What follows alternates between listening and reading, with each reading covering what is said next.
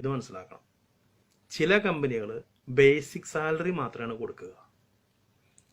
ഒന്ന് മനസ്സിലാക്കുക, basic salary എന്താണെന്നുള്ളത്. ബേസിക് സാലറിയെ കണക്കാക്കിയിട്ടാണ് ഗ്രാറ്റുവിറ്റി കണക്കാക്കുക. അതായത് 10, 15, 20 വർഷം ഒരു കമ്പനിയിൽ ജോലി ചെയ്തിട്ട് പിരിഞ്ഞു പോകുന്ന സമയത്ത് കൊടുക്കുന്നതാണല്ലോ ഗ്രാറ്റുവിറ്റി. ഈ ഗ്രാറ്റുവിറ്റി കണക്കാക്കുന്നത് ബേസിക് സാലറിയെ അടിസ്ഥാനമാക്കിയിട്ടാണ്.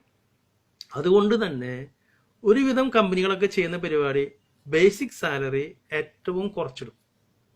എന്നിട്ട് ഹൗസിംഗ് അലവൻസ്, മറ്റേ അലവൻസ്, മറിച്ച് അലവൻസ് എന്ന് പറഞ്ഞിട്ട് കുറെ അലവൻസുകൾ ഇങ്ങനെ കൂട്ടിയും കിടും. അപ്പോൾ ബേസിക് സാലറി ഓൾറെഡി കുറവാണ്. എന്നിട്ട് ലീവ് സാലറി കൊടുക്കുന്ന സമയത്ത് ഈ ബേസിക് സാലറി മാത്രം കൊടുത്തു കഴിഞ്ഞാൽ അവൻ്റെ കാര്യം കഷ്ടമാണ്. ഒന്ന് മനസ്സിലാക്കുക, basic salary plus housing allowance ഇതായിരിക്കണം അവൻ്റെ ലീവ് സാലറി. കാരണം ഒരു വർഷത്തിൽ 1 മാസത്തെ ലീവിനാണ് പോകുന്നതെങ്കിൽ ആ 1 മാസം നമ്മൾ നാട്ടിലേക്ക് പോകാൻ ഗൾഫിൽ നിന്ന് വിട്ടു നിൽക്കുമ്പോൾ ആ റൂം നമുക്ക് വെക്കേറ്റ് ചെയ്യാൻ പറ്റില്ല. തിരിച്ചു വന്നാലും നമുക്ക് അവിടെ തന്നെ താമസിക്കാനുള്ളതാണ്. അതുകൊണ്ട് ആ 1 മാസത്തെ വാടക നമുക്ക് കൊടുത്തേ പറ്റുള്ളൂ, നമ്മൾ താമസിച്ചാലും ഇല്ലെങ്കിലും. അങ്ങനെയുള്ള സമയത്ത് നമുക്ക് ബേസിക് സാലറി മാത്രം തന്നു കഴിഞ്ഞാൽ ഹൗസിംഗ് അലവൻസ് ഇല്ലാതെ വന്നാൽ നമ്മൾ എങ്ങനെ റെന്റ് കൊടുക്കും? അപ്പം അത് നമ്മളുടെ പോക്കറ്റിൽ നിന്ന് പോകുന്ന പൈസയാവില്ലേ? അതുകൊണ്ട് basic salary plus housing allowance കൂടി ചേർന്നതാണ് ലീവ് സാലറി എന്നുള്ളത് ഇനിയെങ്കിലും അറിയാത്തവർ മനസ്സിലാക്കുക. അടുത്ത പോയിന്റ്, നാട്ടിലേക്ക് പോകുമ്പോൾ വിമാന ടിക്കറ്റ് കമ്പനി തരുമോ എന്ന് ആദ്യമേ ഉറപ്പുണ്ടാക്കണം. ചില കമ്പനികൾ വിമാന ടിക്കറ്റ് കൊടുക്കാറില്ല. വേറെ ചില കമ്പനികൾ 1 വേ ടിക്കറ്റ് മാത്രമേ കൊടുക്കൂ. ഇതൊക്കെ ആദ്യം തന്നെ ചോദിച്ച് മനസ്സിലാക്കേണ്ട കാര്യമാണ്. നമ്മൾ കമ്പനിയുമായിട്ടൊരു എഗ്രിമെന്റ് ഉണ്ടാക്കുമ്പോൾ ആദ്യമേ നമ്മൾ ടേംസ് ആൻഡ് കണ്ടീഷനിൽ ഓരോന്ന് ചോദിച്ച് മനസ്സിലാക്കണം. സാലറി എത്രയാണ്, ഓവർ ടൈം ഉണ്ടോ, പിന്നെ എയർ ടിക്കറ്റ് എങ്ങനെയാണ്, നമുക്ക് ഇയർലി ടിക്കറ്റ് ആണോ, 2 വർഷം കൂടുമ്പോൾ ടിക്കറ്റ്, അത് അപ്പ് ആൻഡ് ഡൗൺ ഇല്ലേ, ഒക്കെ ചോദിച്ച് മനസ്സിലാക്കണം. മിണ്ടാതിരുന്ന് കഴിഞ്ഞാൽ ലാസ്റ്റ് ലീവിന് പോണ സമയത്ത് കമ്പനി പറയും നിങ്ങൾ നോക്കോ ടിക്കറ്റൊക്കെ അപ്പനെ കയ്യിലെടുത്തു. അതൊക്കെ ആ സമയത്ത് തല്ലുവിട്ട് കാര്യമൊന്നുമില്ല. നേരത്തെ കൂട്ടി ക്ലിയർ ആക്കുന്നതാണ് എപ്പോഴും നല്ലത്. നെക്സ്റ്റ് പോയിന്റ്, ജോലിയിൽ പ്രവേശിച്ചാൽ ആദ്യത്തെ 3 മാസമോ 6 മാസമോ പ്രൊബേഷണറി പീരീഡാണ്. ആ സമയത്ത് കമ്പനിയുടെ നയം ശരിയല്ല എന്ന് മനസ്സിലാവുകയാണെങ്കിൽ ജോലി വേണ്ടെന്ന് വെക്കാവുന്നതാണ്. അപ്പോൾ ഒരുവിധ ശിക്ഷാ നടപടിയും കമ്പനിക്ക് തൊഴിലാളിയുടെ മേൽ എടുക്കാൻ കഴിയില്ല. ഈ പ്രൊബേഷണറി പീരീഡ് എന്ന് പറയുന്നത് കമ്പനിക്ക് തൊഴിലാളിയെക്കുറിച്ച് പഠിക്കാനും തൊഴിലാളിക്ക് കമ്പനിയെക്കുറിച്ച് പഠിക്കാനും ഉള്ള ഒരു അവസരമാണ്. അത് 3 മാസം ആവാം, മാക്സിമം 6 മാസം വരെ ആവാം.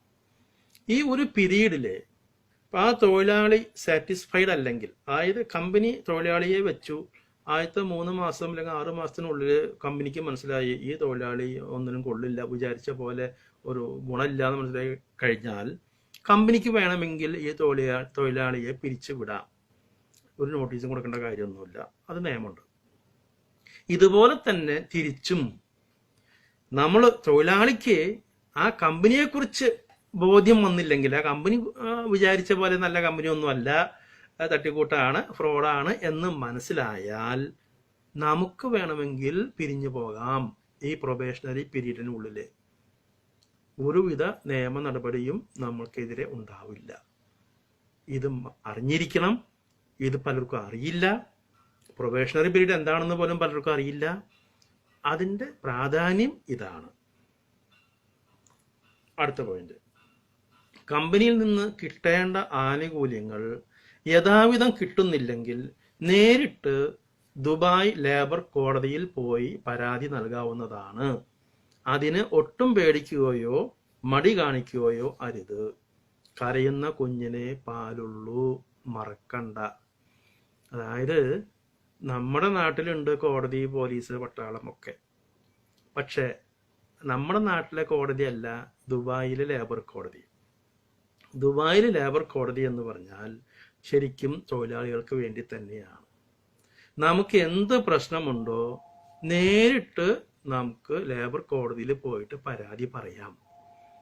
നമുക്ക് ശമ്പളം കിട്ടുന്നില്ലേ, നമുക്ക് എന്തെങ്കിലും ആനുകൂല്യങ്ങൾ തരുന്നില്ലേ, മറ്റെന്തെങ്കിലും തൊഴിൽപരമായ പ്രശ്നമുണ്ടെങ്കിൽ നമുക്ക് ധൈര്യപൂർവം ലേബർ കോടതിയിൽ പോയിട്ട് ആ ഓഫീസിൽ പോയി നമ്മുടെ കാര്യങ്ങൾ പച്ച മലയാളത്തിൽ പറഞ്ഞാൽ മതി. കാരണം നമ്മുടെ ഭാഷ ട്രാൻസ്ലേറ്റ് ചെയ്യാൻ ഉള്ള ജീവനക്കാർ അവിടെ ഉണ്ട്. ഭാഷയും ഒരു പ്രശ്നമല്ല. പിന്നെ പലർക്കും ഒരു പേടിയുണ്ട്, അവിടെ പോയി കഴിഞ്ഞാൽ പിടിച്ചകത്തിടുമോ. അത് നമ്മുടെ നാടല്ല എന്ന് ആദ്യമേ പറഞ്ഞത് അതാണ്. നമ്മുടെ നാട്ടിലൊക്കെ നമുക്ക് പോലീസ് സ്റ്റേഷനിൽ കയറുമ്പോൾ നമ്മൾ മുട്ട് പറിക്കുന്നൊക്കെ പറഞ്ഞു കേട്ടിട്ടുണ്ട്.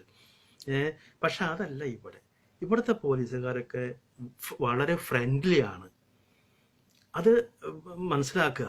നമുക്ക് ധൈര്യമായിട്ട് വളരെ കൂളായിട്ട് നമുക്ക് ഇവിടെയുള്ള പോലീസുകാരോടായാലും ഇവിടെയുള്ള ആരോടായാലും നമുക്ക് സംസാരിക്കാനും പെരുമാറാനും സാധിക്കും. ആ ഒരു അഡ്വാൻറ്റേജ് മറക്കരുത്. അടുത്ത പോയിന്റ്, ഏത് കമ്പനിയിൽ പ്രവേശിച്ചാലും അവിടെ മലയാളി സുഹൃത്തുക്കൾ ഉണ്ടാകാം, അവരോട് സൗഹൃദമാകാം. അതേസമയം അവരുടെ പാരവെപ്പ് സൂക്ഷിച്ചില്ലെങ്കിൽ കാര്യം പോക്കാണേ.